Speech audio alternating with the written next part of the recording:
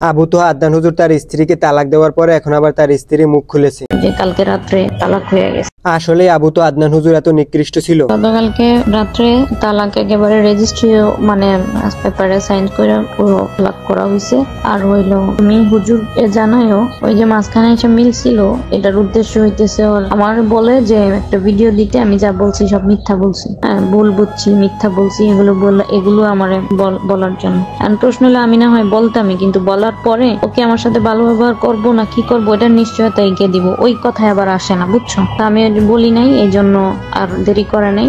যে কালকে রাত্রে হুজুর ঘর সামনে ওখানে মার্কা যুদ্ধ হয়, তালাক হয়ে। আবু তো আদনান হুজুরের বউর কথা শুনে সবাই ভাববে আবু তো আদনান হুজুর আসলেই খারাপ, না হলে এরকম ভাবে বউকে ছেড়ে দিত না। আবু তো আদনান হুজুর তার বউরে ছাইড়ে দিয়েছে, এই হোনার পর সবাই কমেন্ট বক্সে আলহামদুলিল্লাহ লিখতে আছে। অনেকের এটাই দাবি আবু তো আদনান হুজুরের মতো বউ যদি কারো সংসারে থাকে তাহলে তার সংসারটা ভেঙে জীবনটা ভেঙে তছনছ হয়ে যাবে। আমি ব্যক্তিগতভাবে কখনোই চাই না একটা সংসার ভেঙে যাক, কারণ একটা সংসার ভাঙা যতটা সহজ সংসারটা গড়া ততটাই কঠিন। এই সংসারে কিন্তু দুইটা সন্তান আছে, সেই সন্তানের মোহের দিকে কি আর তাকাইছে না খালি নিজেকে স্বার্থের কথাই ভাবছে। এখন এই সন্তান দুইটাতে মাকেও হারাবে বাবাকেও হারাবে, বাবাও একজনকে বিয়ে করবে মা আর একজনকে বিয়ে করবে, কিন্তু দুঃখ পাবে কষ্ট পাবে শেষমেশ এই সন্তানরা। দুজনের কেউই তো ভালো না, দুজনেই তো আপনার বাম্পার ফলনের আশায় আছে, কেউই ভালো না। এই মহিলাও খারাপ, এই তার স্বামীও খারাপ, দোনোটাকে নিয়ে শাস্তি দিয়ে দেওয়া উচিত। কারণ এর আগে আদনান হুজুরে একটা বিয়ে করছে, আদনান হুজুরের বোর দুইটা বিয়ে ছিল, মানে ইসলামে চারটে বিয়ে হওয়ার তার ব্যাগজনে, এই সুযোগটা সবাই কামে লাগাই চার করে বিয়ে করতে লাগছে। তো এটা ভাই মোর কথা না, এটা আমি কমেন্ট বক্স দিয়ে নিছি।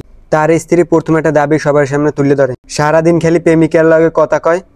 এমনকি আদনান হুজুরের শাশুড়ি একটা অভিযোগ করছে আদনান হুজুর ঠিক মতো নামাজ পড়ে না, টাইম মেনটেন করে না, এমনকি সারা রাত চ্যাটিং করে।